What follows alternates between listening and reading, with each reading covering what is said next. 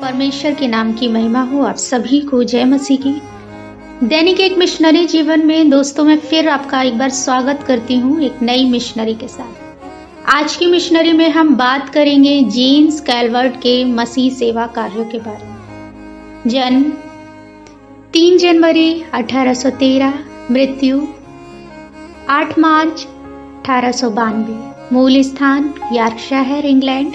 मसीह सेवा कार्य फिजी द्वीप समूह और दक्षिण अफ्रीका।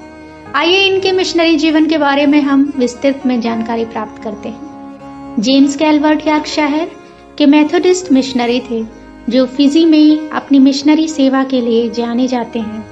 जब वे 14 वर्ष के थे तो उन्होंने एक प्रिंटर और बुक बाइंडर के पास एक प्रशिक्षु के रूप में काम किया और उन 7 वर्षों में उन्होंने जो कौशल हासिल किया वह उनके बाद के सेविकाई में बहुत उपयोगी था। सन 1837 में वह होक्सटन थियोलॉजिकल कॉलेज में शामिल हो गए, लेकिन जल्द ही उन्हें जॉन हंट और थॉमस जैगर के साथ फिजी के लिए एक मिशन पर भेज दिया गया। वे दिसंबर 1838 में एक फिजी द्वीप लकमेवा पहुंचे। कैलवर्ट बहुत जल्दी विदेशी भाषा में पारंगत हो गए। अनियमित आपूर्ति और स्वास्थ्य समस्याओं के बीच नरभक्षी के साथ रहना और परमेश्वर के प्रेम के साथ उनकी सेवा करना एक आसान काम नहीं था।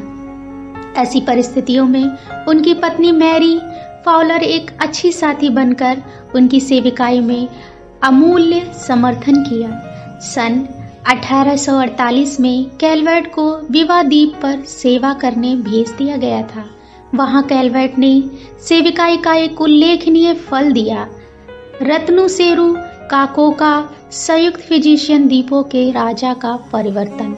कैलवर्ट की सेवाएं 2 क्षेत्रों में महत्वपूर्ण थीं, एक फिजी लोगों को बाइबल प्रदान करने में और दूसरी स्थानीय युद्धों और संघर्षों में मध्यस्थ की भूमिका निभाने में।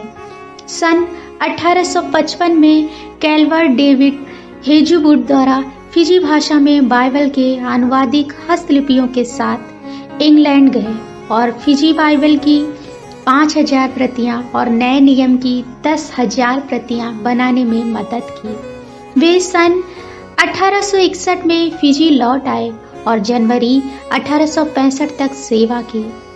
सन 1872 में उन्होंने दक्षिण अफ्रीका में काम करने के लिए प्रशासनिक कौशल के साथ एक मिशनरी की आवश्यकता को पूरा करने के लिए खुद को पेश किया।